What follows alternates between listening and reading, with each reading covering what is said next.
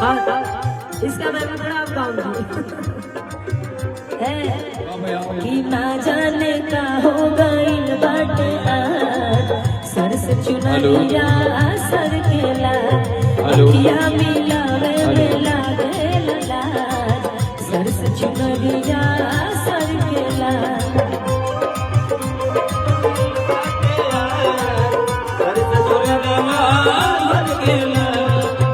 मन में मिलन वाला सपना सजा के झूठ पीड़ितिया हेलो